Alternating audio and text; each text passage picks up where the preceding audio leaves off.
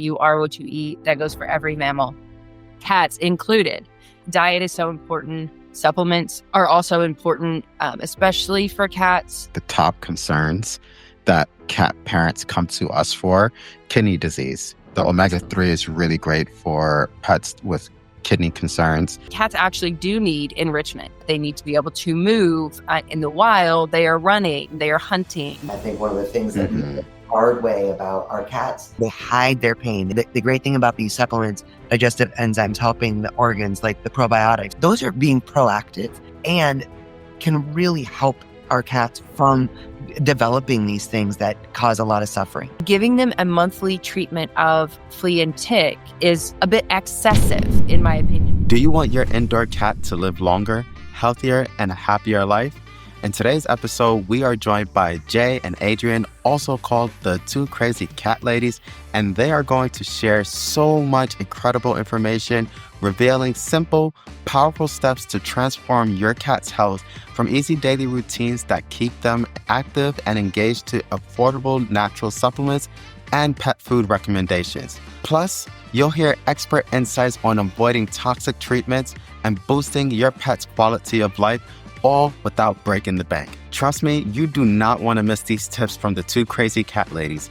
It is a game changer for every cat parent out there. Jae and Adrienne, thank you so much for joining us today. We are so excited to be here. We've missed you too, and so sad that we didn't get to see you on that event a couple of weeks ago, but we get to see you here now. Yes. To start, please just take a couple of minutes to introduce yourself to our listeners. Let us know what inspired you both to start your journey in holistic cat care, and how was it that you guys became the Two Crazy Cat Ladies? Okay. I'm Jae. I'm Adrienne. And together we are the Two Crazy Cat Ladies. We started in pet nutrition back in 2005. With my family business, and it was also a supplement business, and we learned a lot about dog health and the pet food industry, how to read ingredients in pet food, and how giving the body what the body needs helps dogs and cats help heal themselves. But we quickly realized that there was no one doing this type of, natural nutritional help or advice for cats and cat parents. So true. Yeah. So it's still very hard to find, though it is growing. But in 2015, we branched off and we started our own brand as the Two Crazy Cat Ladies, just because that's what our friends called us.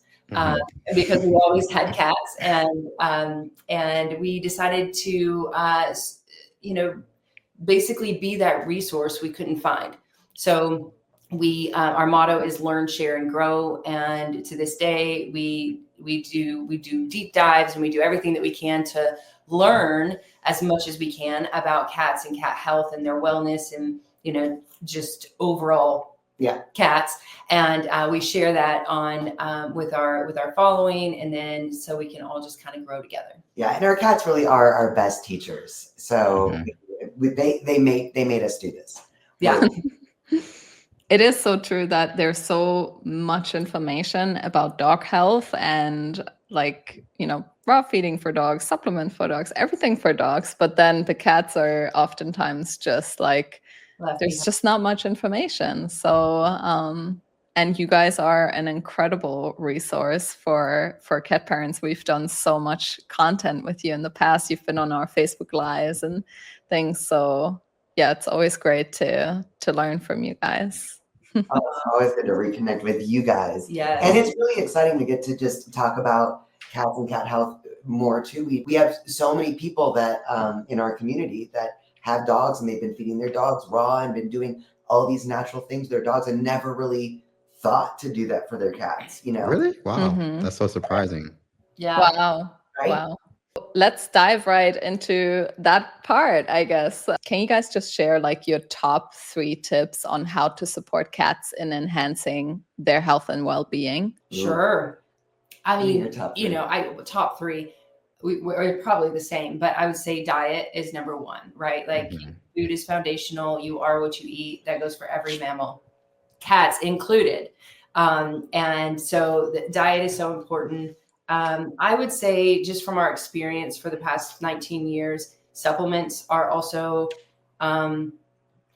important, especially for cats, because, with dogs, you can often do basically give them the nutrition that they need through a whole food diet, but with cats, they're a little bit harder. So enhancing the diet with supplements, as far as like longevity, right? But then, diet and supplements, sure. But the one key factor that so many cat parents leave out is enrichment. And I think this is why when Adrienne said, they've been feeding their dogs all these, great food, and they didn't even think about their cats.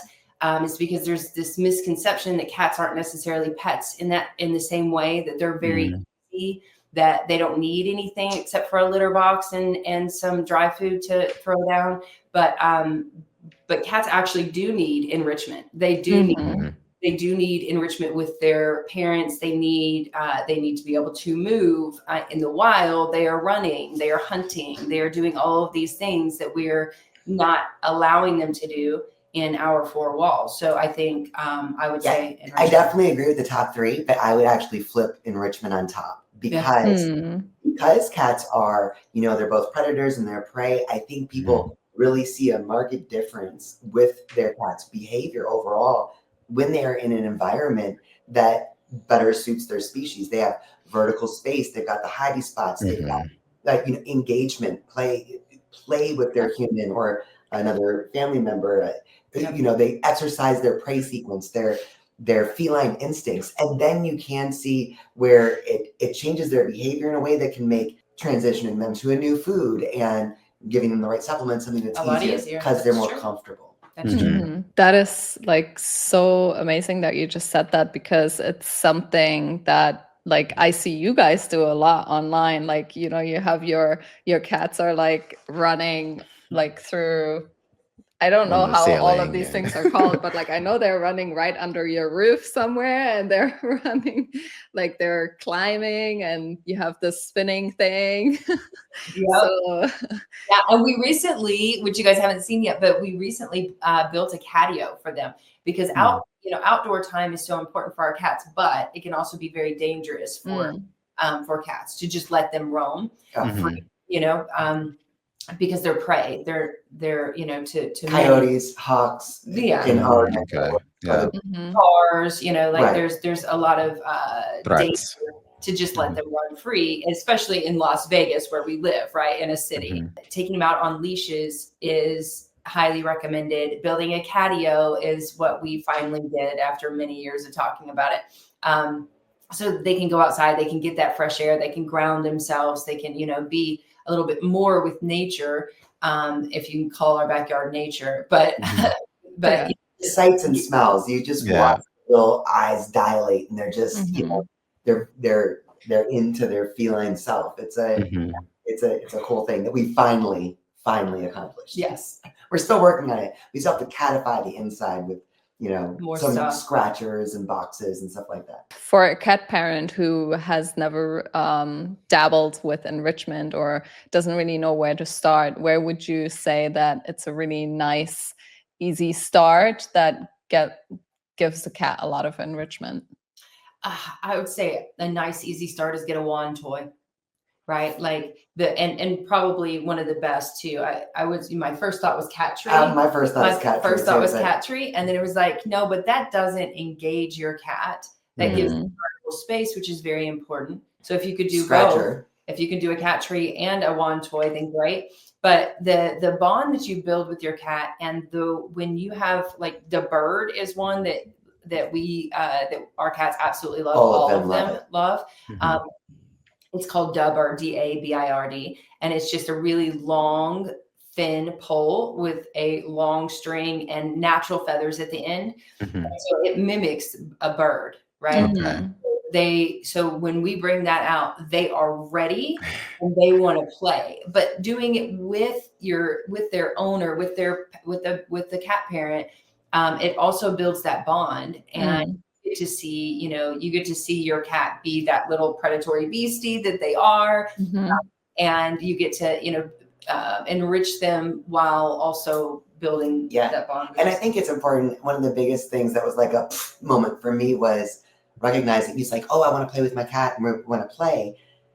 For them, it's exercising their instincts, it's Mhm. them through that prey sequence. So when you recognize what they're actually doing, it's not just fun for us, then you appreciate who they are as a species, and you kind of follow it up with something tangible, like Mhm. hunting thing for them. The playing is. So we always follow it up with a treat or a meal, so that it's a fully, they start with the stalking and the chasing and then they get to catch it and all of that. And after the kill bite, they get to eat something. They get to eat. Right? Nice. Yeah. Go into their grooming and sleeping style. But it is the studies show that it also really reduces their stress. So we're going to talking about longevity factors here. We're also going to reduce disease markers by simply playing with your cat. Absolutely. Yeah, and it makes so much sense, like I think even, us as dog parents, with our pets, I think a lot of people do not spend so much time or create the bond with playing with their animals. And I think it is a very important aspect of just creating that bond, as you said, and then which also helps to reduce like the cortisol levels and helps to reduce the disease markers. We don't think necessarily that far, but I think it makes a massive difference just to them. They're happier, when we do play with them. And I think we should, make conscious decisions to, make the time and create the effort to play with our animals. But also especially cats, because Mhm. people always say, oh, my cat doesn't care about me, or like that's like the general thought of cats, right? That cats are like angry and they just rather you leave them alone, right? But like it's actually not. Like you just have to play with them on a different level so to actually engage their mind. Yeah. It's true. Let me tell you a quick funny story. So our puppy cat, the one that we call puppy cat Zorro, he's our Black Panther. He's 6.5 years old. He's the reason that we finally bit the bullet and built a big catio for them, because he just always wants to be outside. Well, we build this catio, and now, because we'll sit outside underneath our in a pergola area, and then they have their area on the other side.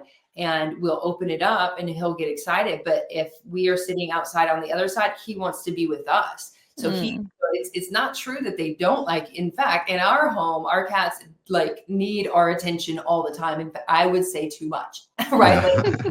And you play by yourself for a little while. I have work to do.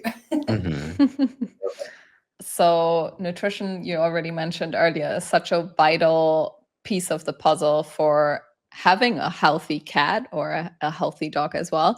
But it can feel very overwhelming with so many food options and brands that we can choose from. And especially with cats, it is my understanding that cats are at a much higher risk for things like dehydration because they don't drink as much. So in your opinion, what would you say is the best diet for cats? A species appropriate diet. You brought up water, and hydration is so important, and it is kind of the impetus for a lot of diseases that cats suffer from. The kidney disease, the urinary tract issues, the diabetes, even. Like there's so many things that there's like this dehydration foundation that happens when they're only given dry food. And it is because they don't drink as much as dogs. And it's because cats are biologically obligate carnivores, meaning they're meant to get the majority of the moisture that their bodies need from their food. And even their cute little tongue. Everyone talks about the cute little rough tongue that they have. When they're drinking water, they can really only get about a drop of water. It's not a ladle like a dog's tongue is.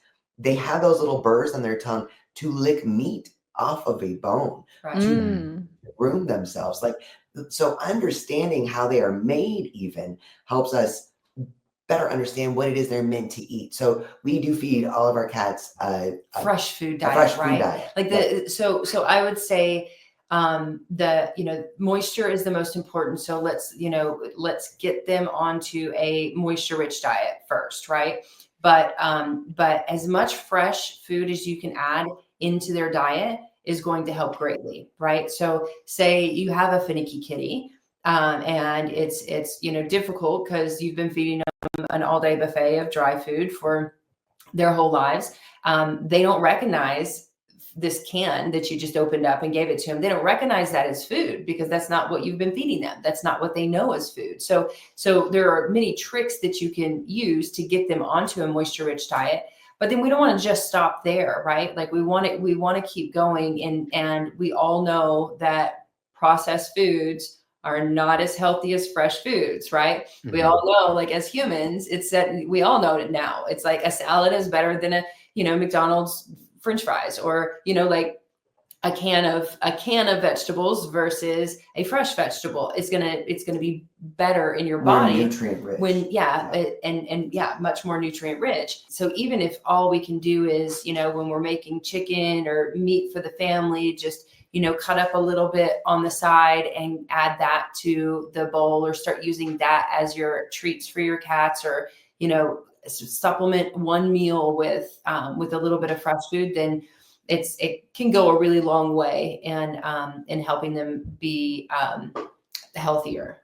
Absolutely. Like there are studies that even have proven that 20%, as little as 20% actually, of fresh ingredients in dog food can make a huge change in the pet's health and can reduce disease markers. And I guess it would be the same for cats. I don't see why it wouldn't. So absolutely. Maybe even more so for cats if they had done that study on cats.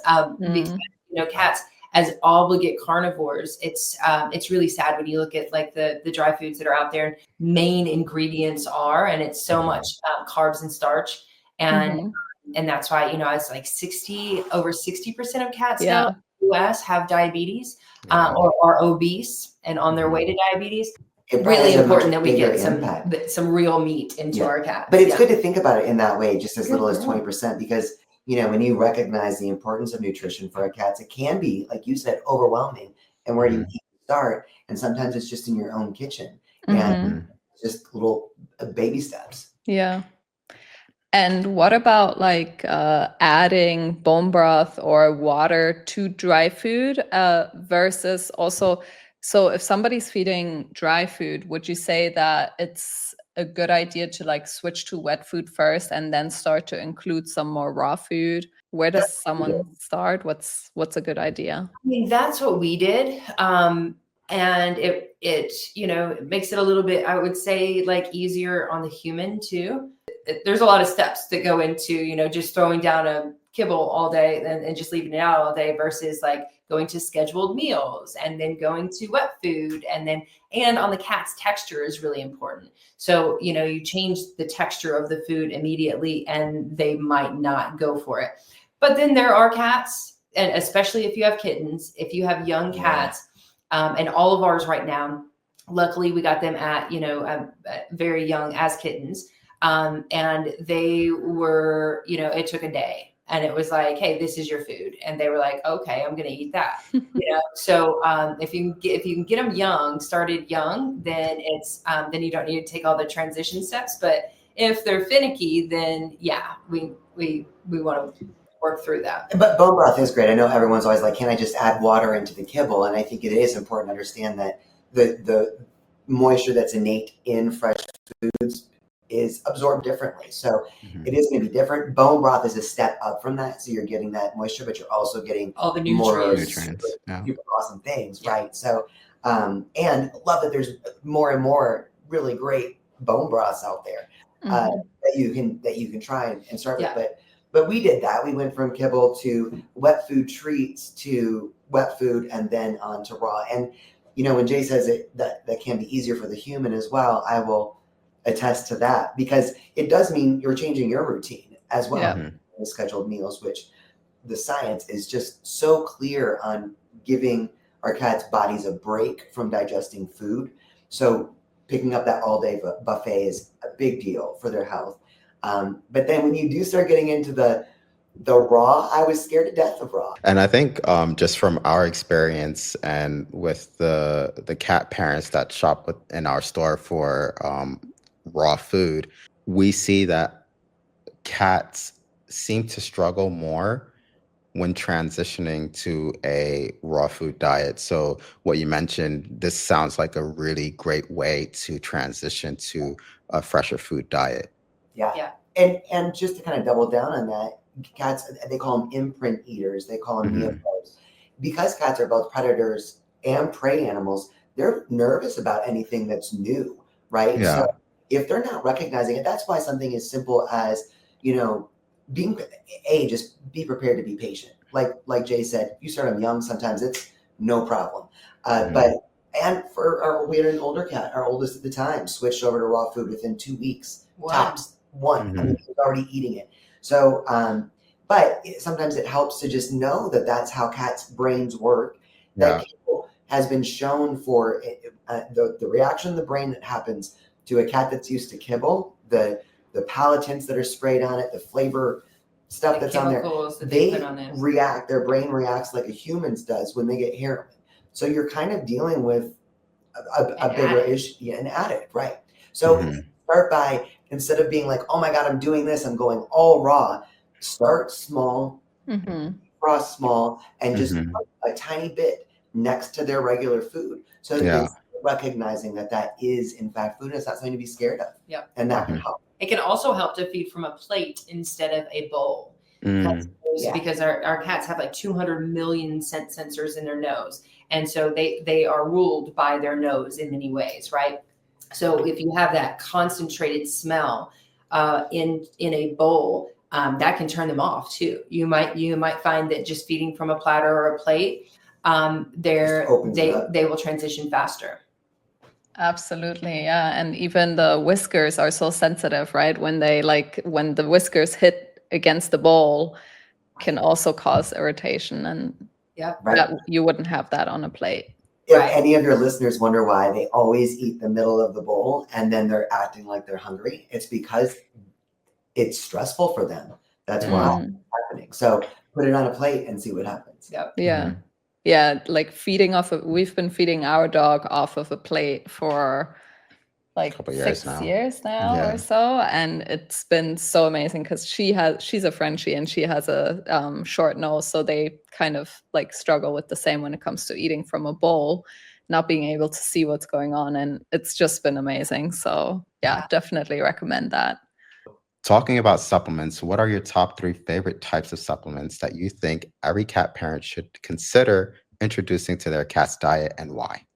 Top 3 recommendation of supplements, and the 3 supplements that we give our cats on a regular basis are digestive enzymes, probiotics, and omega-3 fatty acids.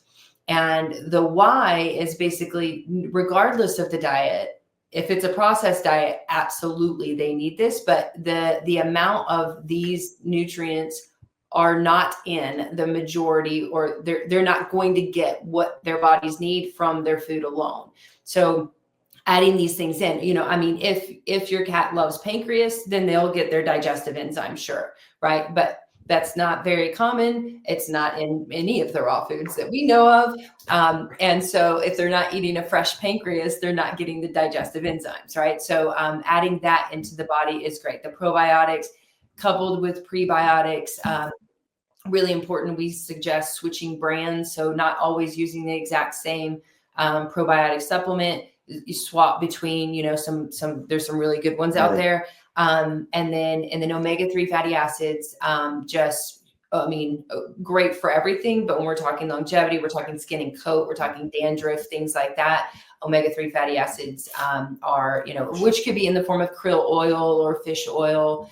Or a sardine a day in water. Or a sardine. That's such, as you were talking about it, I'm always thinking about like the top concerns that cat parents come to us for. And that's the pancreatitis is one of the top concerns that unfortunately a lot of cats seem to develop, as well as kidney disease. So the omega-3 and stones as well. Excuse me? And stones. And stones, water yes, yes. stones and stuff, So the or omega-3 crystals. is really great for pets with kidney concerns, and the digestive enzymes are really great for cats that have concerns with their pancreas. So, and then the probiotics, of course, you're always reducing inflammation when you're adding beneficial bacteria. Plus, the cats, they a lot of them have, you know, the FIV and the FIP, so supporting the immune system is just a really great way to help fight off these infections or viruses.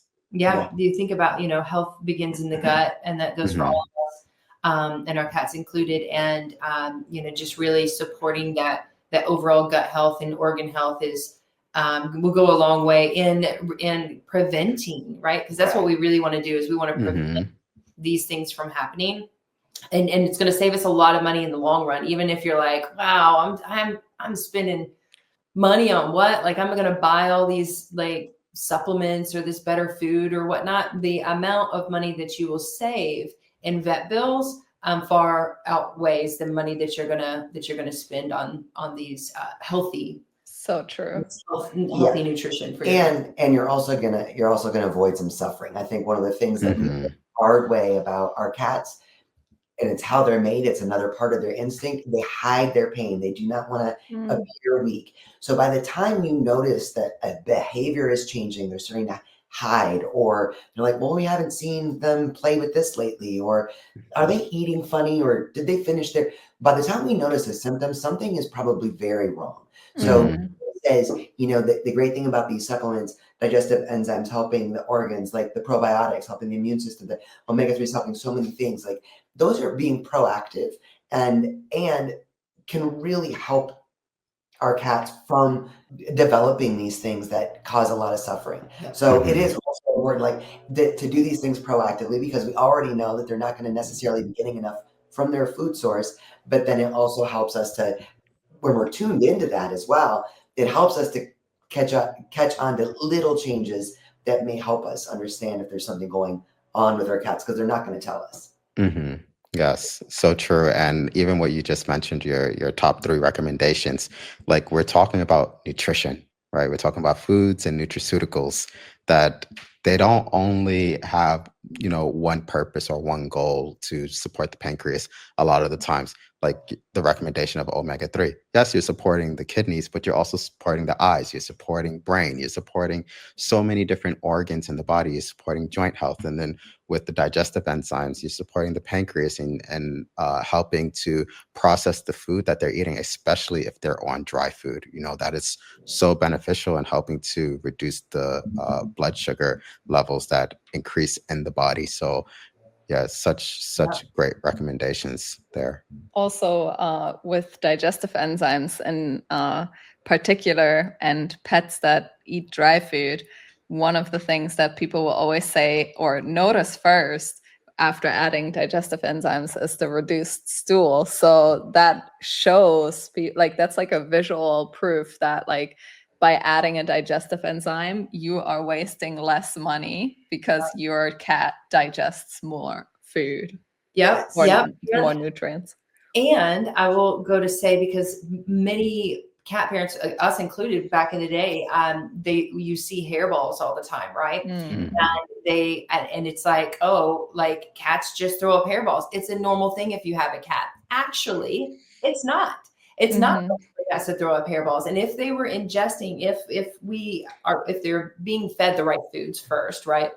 But the issue is, especially with dry fed cats, they're eating stuff that their bodies don't recognize as food, right? That their bodies don't need. They have no nutritional requirement for carbs and starches. And so the food is kind of, as I explained, it kind of just getting stuck in the system a little bit. And then they groom themselves a good percentage of every single day. 40% of their waking hours are spent grooming themselves. So they're ingesting hair, and that hair gets stuck and then has to come back up. And that's what you see. But when you're adding in digestive enzymes and or also feeding a better diet, but when you're adding in digestive enzymes, it helps to break those nutrients down and make it more usable to the body, which allows the hair that they ingest to better pass through. And worth noting that we're talking about the front end, and I think a lot of people understand that, oh, my cat throws up all the time.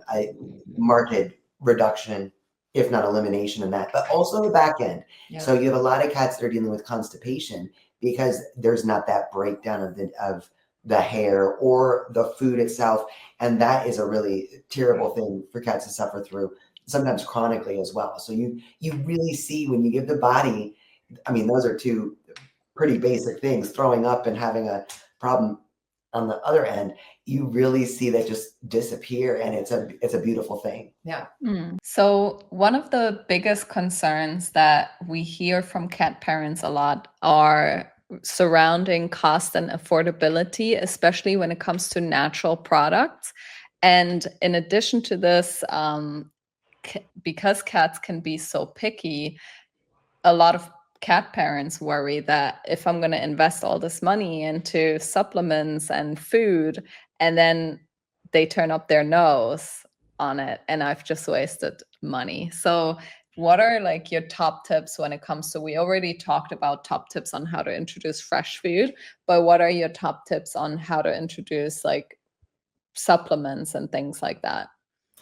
Start small. Yeah, I would say start small and really recognize that you're doing this for the love of your cat, right? Take stress out of the equation. If you are freaking out about spending $30 on something, then, let's focus on the diet. Let's start with that first, and then we can work into the supplements, because you can only do your best, right? But it is about starting small. When you are there and you're like, okay, this is part of my budget, and here's what we're going to be doing, adding this in, then especially with supplements, if you're worried about your cat turning their nose up, I always say, I think it's Dr. Karen Becker that calls it, start with a whisper dose. And that's one drop of something. Jay mentioned earlier, 200 million scent sensors for our cats. They will know that something's in their food. That something's going down, right? Mm-hmm. So you want to start small. You don't want it to be something that ruins their meal. So start with a whisper dose, and then you move up to that effective dose. Yep. And sometimes you have to use trickery. We're big fans of food toppers and, adding fun stuff to the top. And that's especially if you're using nutraceuticals, instead of using it proactively, you're using it because your cat has arthritis and you want to get something into them so that they can start, going up the stairs again, or, your cat has something that we need to get into them versus just we're doing this, proactively. Then it's sometimes more important to give them their full dosage. And so the trickery can really help there. You can use Parmesan cheese, like really when you think about it in this realm, you can use tuna water is a big, a can of tuna is not expensive. Well, it's expensive now, but expensive, right? But a can of tuna in water, and then just take that water and put, the smell is so strong it can mask the supplements that they need. Sardines, same thing. Sardines in water. You can add, you could just get tricky. Don't freak out that you're giving your cats cheese, because it's the only way that you can get, it's not a healthy food that we're like, add cheese to every meal. But, but if your cat needs that supplement, then don't freak out that you're using, something that's not necessarily the healthiest thing to get it into them. Right. About the benefits. Yeah. And I like what you said earlier, is that you're saying, we're all just doing the best that we can. And I think that's always so important to reiterate as well, especially when we're talking about nutrition and the different forms of feeding our pets. A lot of pet parents decide to feed dry food, and that's okay. But because at the end of the day, we're all doing the best that we can. Our goal is just always to show pet parents that there are other options, and inform them about what are the pros and cons of each option, and then they can make their own informed decision about it. So this is never about trashing one type of pet food, or this is not to make anyone feel bad at all. We all know that everyone's doing the best Yeah. And everyone loves their pet, obviously. Yep. So, Yeah. In fact, it said in the cat community, it said that even the lowest quality wet food is better than the highest quality kibble, right? That you'll Wow. because that moisture is so important. So you Mhm. can, make that switch if you're feeding the, prescription kibble diets, or, you could potentially save money by going to a cheap wet food, and still getting that moisture into their body, Mhm. So that is so interesting too. Yeah, you do have to just start wherever you are. And I think, a fed cat's better than a Never- starving cat. never Yeah. judge, Exactly. never judge anyone for where they're at in their journey. I mean, Mhm. it's been a long journey for us, and we know how difficult it is to start thinking about, well, we want to do this, so where do we cut our budget here or there, right? Because it's a family decision Mhm. as it relates to tight budget. So we understand that very well, and it is starting small. It's not being like you have to go all in, and just reiterating, all of this is something that is positive and proactive and ideally meant to have our cats with us as long as possible. Yeah. So being stressed about something, our cats are such little energy beings. Like, they pick up on stuff. They're very sensitive. So, and I think it's Rodney Habib has that awesome study that shows how our cats absorb our cortisol when we're stressed. Mm. So when we're doing something that's supposed to be positive for them, but we're covered in stress about it, Mhm. it's not going to have the most benefit anyways. So it is just about doing your best out of a place of love and whatever you can do. Taking care of our dogs is also taking care of ourselves at the same time. So let's touch a little bit on flea and tick treatments, and also flea and tick prevention. Fleas and ticks are a very big concern for cat parents, especially when cats have outdoor access. So at the same time, there's also a lot of side effects that can be associated with conventional flea and tick treatments that are widely available at pet stores and veterinary clinics. So what are some safe and natural options to help prevent fleas and ticks in cats? So there's a lot, Yeah. but I'll say the simple, cheap at home for prevention specifically, 50% water, 50% apple cider vinegar, and put in some catnip oil, right? So fleas hate the catnip. So, and mosquitoes do too, by the way, we figured that out. Nice. But put in some catnip oil, and then when you spray it in the area where you let your cats outside, right? Spray it. You can put it on their paws, but you can also put it in, if you have a catio, or if they're out in, on your covered porch or whatnot. If wherever they hang out, you can spray it around there too, and around your house to also prevent fleas and ticks. Yeah, outside time, especially, I know in different places of the country, people are like, no, I don't do a catio. My cat free roams, whatever that may be. I thought Dr. Judy Morgan had some great advice for cat parents that do let their cats out. She was just simply trimming down the underbrush can help from there being an infestation, and diatomaceous earth around the perimeter. On the outside, we've tried using on the inside. I cannot in good faith recommend that. We are still cleaning up diatomaceous earth, dusty stuff. And we did that 3 years Right. ago. I know that works. Wow. Putting it in their carpet and vacuuming it up. Mm. Helpful. Yeah, if you have carpet. But this is another thing where being proactive is 90% of the battle. If you know a prone area, let's start with those natural deterrents, and let's keep it out. Have a flea cone nearby so we can see if you're spending your bonding time doing some grooming, are we seeing anything? Dr. Judy Morgan, I didn't know this. Dr. Judy Morgan said that fleas, and this is true, spend 5% of their life cycle on a host. So when we see a flea on our cat, we know that there's probably more in a life cycle somewhere else. So that prevention, the vacuuming, the things like that make a big difference, because one of the best things that we can do is be informed. And when we look at a lot of these flea and tick treatments that are out there, the conventional ones, read those side effects. Be aware of what this is, and understand that this does not stop a tick or a flea from getting on your cat. It kills them after they bite your cat. So that toxic load that we are putting into the or bloodstream. onto their bodies. Right. So, and I get that, if your cat goes outside and you let them roam around, and there's a lot of natural products out there you could try first.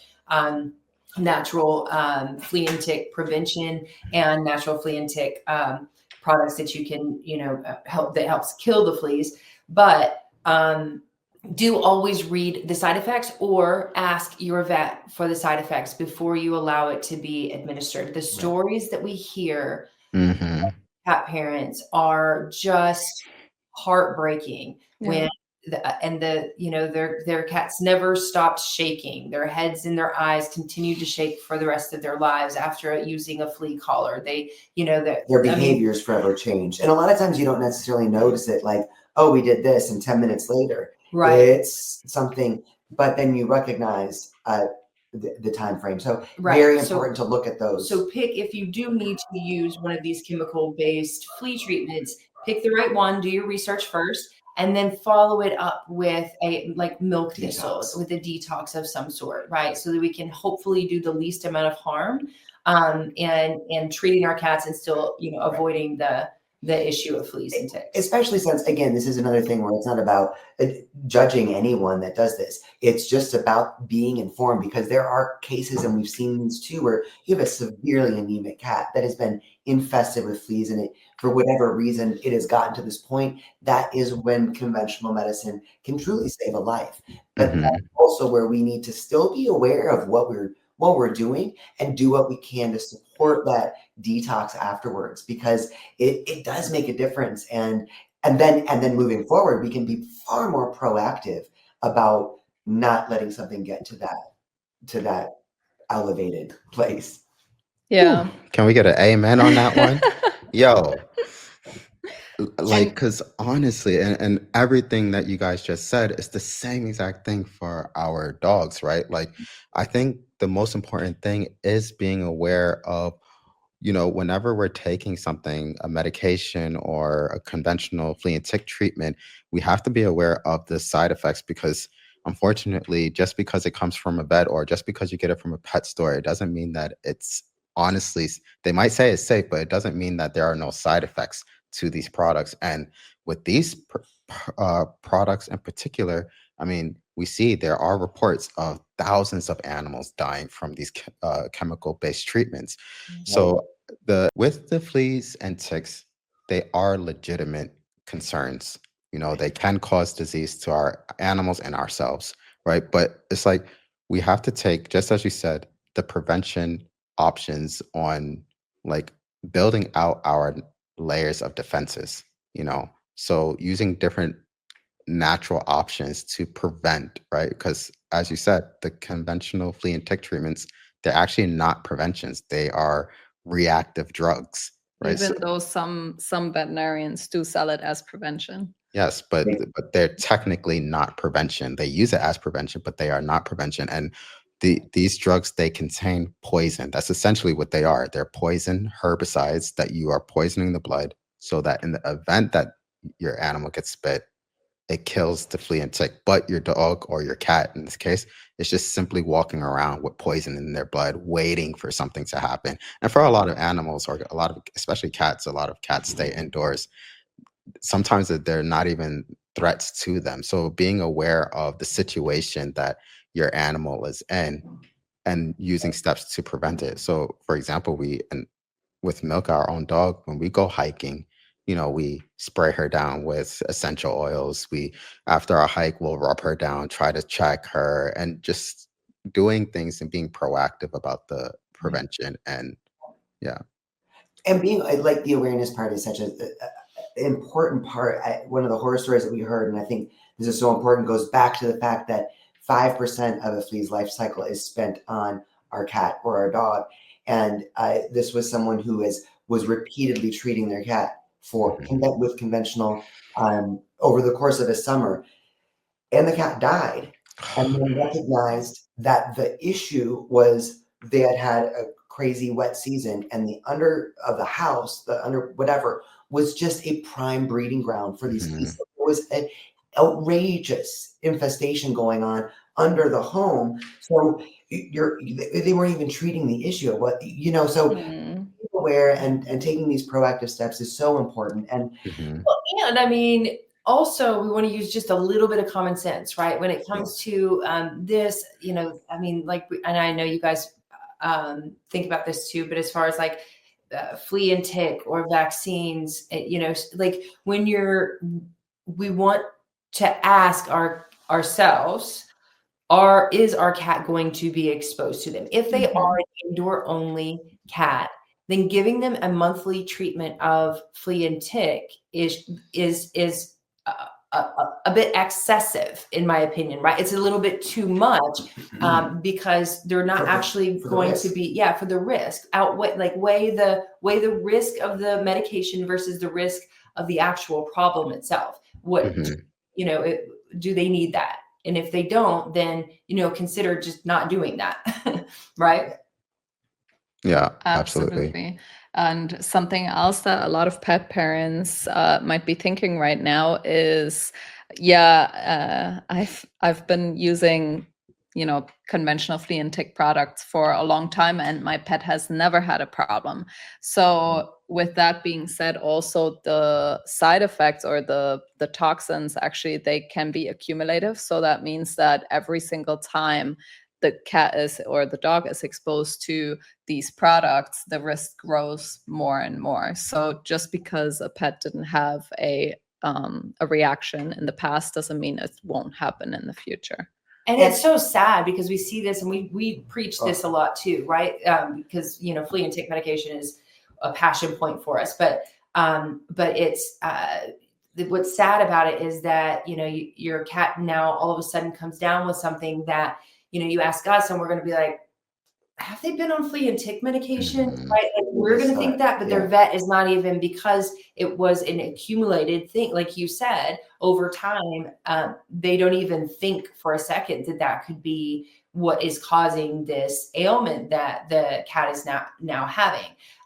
So there's no real answer if you're only seeking advice in these. I mean, I guess it's better to know better in the beginning so we can do better. And just because there hasn't been a side effect doesn't mean you still can't be proactive. These the chemicals that are in these products are taking a toll on their organs, and while there can't, so just add in some milk thistle, do a little detox protocol just to help every time. Just to help lift that load a bit from your animal processing these things. But and this isn't about beating anyone up for this. And it isn't about my God, I'm so grateful that your cat or dog has never had a reaction. I just think that once we know better, we can do better. So we can give our animals some extra support. If you have to. If that is something that they are processing. Yeah.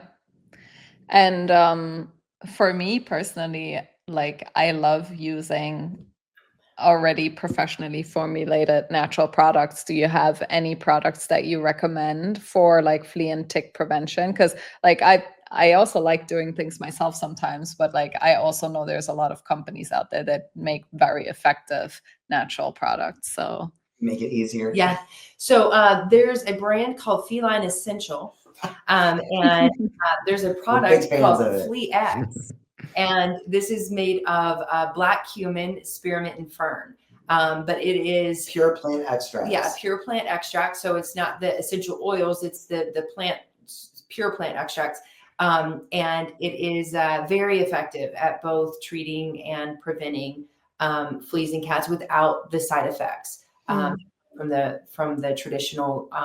And then, as Adrienne said, diatomaceous earth has been, the food grade diatomaceous earth has been helpful in prevention. And there's a lot of companies that are really starting to come out. I think, it's really exciting. I haven't done it, I don't think this season, but if you just go and search natural flea products for cats or dogs, read the ingredients, read those ingredients. But it is really encouraging to see how many companies, even nutraceutical companies, are providing these products now, because I know we've seen way too many videos of the suffering that happens. It's why it is such a passion point for us. It's why FleaX is a passion product for us. And we are very serious about getting the word out. It's just a suffering that we ideally no one will ever have to go through. So, but if you just go and search, and then if you're not sure of a company, reach out to them. I think that's a big thing that we can do as consumers. We don't know what this ingredient is. We have resources that we can ask. We can reach out to the company and just get a better idea. You're getting more awareness but there are more and more options. It's really exciting to see. Yeah. And honestly, it's really what I love so much, seeing the growth within the natural pet market, right? Like within the natural pet industry, we're seeing more and more amazing products come out for our animals. Yeah. And it just keeps growing. I love it. It's beautiful. Yeah, but just like Jay said, it is important to read ingredients, because with the growth of this market, a lot of products claim to be natural, but they're not actually natural. Exactly. So right. Exactly. I encourage everyone to always go to the About Us page on whatever company they're shopping with. Get an idea who this company is if you're not familiar with them. Know your source. Yeah, and reach out to them. I think that's and so many of these companies, I know there's always going to be those that exploit, say all natural, all whatever as a marketing hook. But there are so many companies out there that really put their blood, sweat, tears, and passion behind it. And it is exciting when you find those resources. And you share it with all your pet friends. Absolutely. So talking about excitement, what excites you right now? Is there anything new that you've recently discovered or rediscovered that you're focusing on right now with your cats, or any new products you're excited about, or anything else you want to share? Oh gosh, right now we are so excited about so many things. What are the top two? So we just launched a new product formulated by Rita Hogan, the well-known herbalist, a master herbalist, for hyperthyroidism in cats. And that is a growing epidemic in our kitties. So we're very excited about that. We have several new products that are coming out in 2025. So we're very, very excited about those. And then some of the, I guess right now, and it's more of a renewed passion, but the toxins in our home and how it affects our cats, we're very passionate about right now. Just, the studies that show how much of the chemical household cleaners and the, fragrances that we use in our homes, the chemicals within our own homes for our indoor cats, they are like 23 times higher in a cat's bloodstream than it is in the humans, right? Wow. And it's also twice as much as it is dogs in the same home. So, our cats are stuck in our four walls. They are absorbing everything that we use as far as chemicals in our home, or the candles, or the plugins, or all of these different things, detergents, even, all of this stuff that we're using in our home are ending up in our cats' bloodstreams. And then we're wondering why they end up with all of these endocrine diseases, like hyperthyroidism, like kidney disease, like diabetes. All of these issues that they end up with is because of or one of the contributors, at least, big contributor, is the endocrine disruptors that we have in our home, right? So we can start cleaning up our homes. We can, one, make it better for us too, but we can start. It's another proactive way to start cleaning up our cats' overall health and avoiding disease. Wow, such an important message, because I think a lot of the times when we think about health, we think so much about nutrition, right? But a lot of the times we don't necessarily make the connection between things like candles or room fresheners, air fresheners, and all these fragrances, that they are very harmful to us as humans, but also our pets. But I also think, though, that it's when you look at the little ways that we can start improving our cat's life, sometimes maybe it doesn't start with food. I know that can be overwhelming. Sometimes it starts by getting rid of the Febreze or whatever plugins we're using. I think just recognizing how much our cats accumulate, you start realizing that there's always little things that we can do, never to be overwhelmed. There's lots of just baby steps that bring improvement. And sometimes it's this, and this is a big kind of, we are babies on this journey of detoxifying our own home right now, but it's exciting and it's empowering to realize that there are things that we can do that little by little. Yeah. You know what I really love about especially this right here is that yes, you're making changes in your home that's going to improve the health of your cat, but it also improves your own health.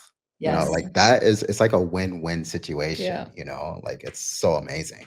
Exactly. Yeah. It's, I mean, and honestly, it's saving on your pocketbook. Like the glass cleaner, I mean, it doesn't always, right? Some people think, and we used to think this too, that if you're getting rid of the, $4 spray bottle of cleaner, all-purpose cleaner or whatnot, and upgrading it to a all-natural one, then it could actually be more expensive.